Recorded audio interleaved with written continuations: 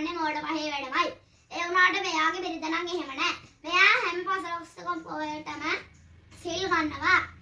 මෙයා වදාම ගෙදර ඉන්නකොට බුදුනුත් අදිනවා.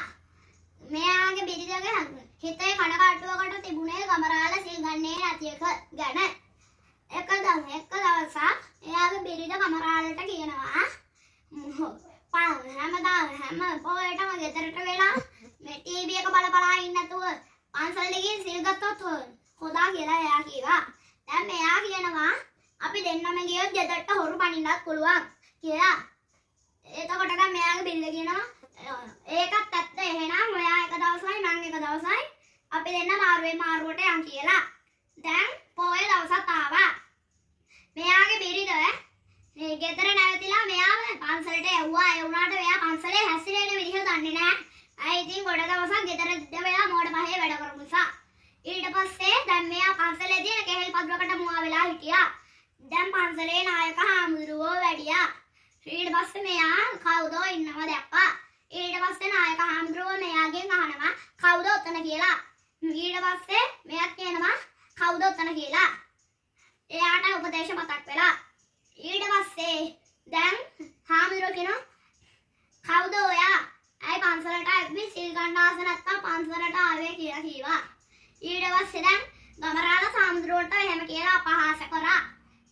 ඒ තමයි කවුද තමුන්?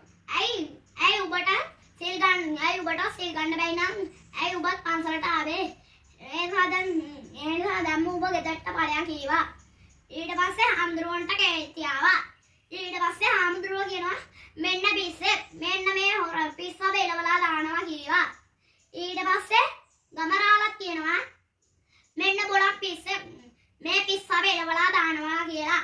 ඊට පස්සේ වටේ ඉන්න මිනිස්සුයි ඇබිත්ොයි දායකයෝයි ඒ හැමෝම ඇවිල්ලා මෙයාට මෙයාව පාට අරගෙන ගිහින් හොඳටම ගැව්වා.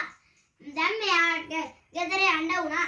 හැබැයි බිරිඳ අහනවා ඇයි තමුණුත් දැන් මේ හවස් වෙනකන් සිල් ගන්න නැතුව දැන් නොහිට දැම්ම ආවේ කියලා අහනවා. ඊට පස්සේ දැන් ගමරාල කියනවා අපේ අම්බෝ දැම්මට සිල් ගත්ත තරම හොඳටම ඇත්ති සිල් ගත්ත තරමට දැම්මයි අදපත රෙදෙනවා කීවා. අපි නරක වැඩ කරොත් අපිට ගන්න වෙන උපදේශය ඒක තමයි.